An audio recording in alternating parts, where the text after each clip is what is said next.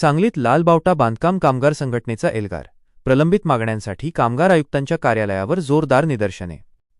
सांगली बांधकाम कामगारांच्या विविध प्रलंबित मागण्यांसाठी आणि हक्काच्या योजनांपासून वंचित ठेवणाऱ्या प्रशासकीय धोरणाविरोधात आज लाल बावटा बांधकाम कामगार संघटनेच्या वतीने सांगली येथे तीव्र निदर्शने करण्यात आली. या आंदोलनानंतर सहाय्यक कामगार आयुक्तांना सविस्तर मागण्यांचे निवेदन देऊन प्रशासनाला जाब विचारण्यात आला.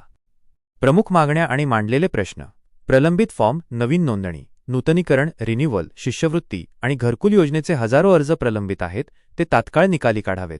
अयोग्य नकार: अनेक पात्र कामगारांचे फॉर्म कोणतेही ठोस कारण न देता चुकीच्या पद्धतीने रद्द करण्यात आले आहेत, त्यांची फेरतपासणी करून ते मंजूर करावेत.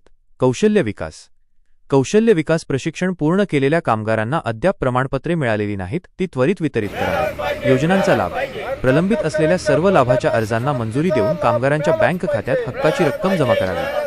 प्रशासनाच्या दिरंगाईमुळे सामान्य बांधकाम कामगार शासनाच्या कल्याणकारी योजनांपासून वंचित राहत आहेत. जर हे प्रश्न तातडीने सुटले नाहीत तर संघटना यापुढे अधिक तीव्र आंदोलन छेडेल, असा इशारा संघटनेच्या वतीने देण्यात आला.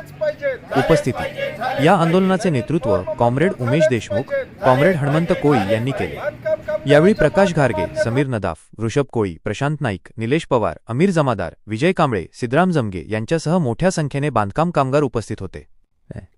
आज शहीद भगतसिंग यांच्या शहीद दिनी बांधकाम कामगार फेडरेशनच्या वतीने प्रत्येक सहाय्यक कामगार आयुक्त कार्यालयावर बांधकाम कामगारच्या प्रश्नासंदर्भात मोर्चा काढण्यात आले. यामध्ये सांगली जिल्ह्यातील नवीन फॉर्म, रिन्युअल फॉर्म, लाभाचे फॉर्म, शिष्यवृत्ती फॉर्म, घरकुल योजनेचे फॉर्म, कौशल्यवर्धक योजनेचे फॉर्म, या विविध फॉर्म गेल्या वर्षभरापासून पेंडिंग फॉर्म आहेत. ते लवकरात लवकर फॉर्म मंजूर करण्यात यावे व तसेच चुकीच्या पद्धतीने फॉर्म रिजेक्ट केले जात आहेत. या संदर्भात आज सांगली जिल्ह्यातील सहाय्यक कामगार आयुक्त यांना आज लाल बावटा बांधकाम कामगार संघटने वतीने निवेदन देण्यात आले आहे.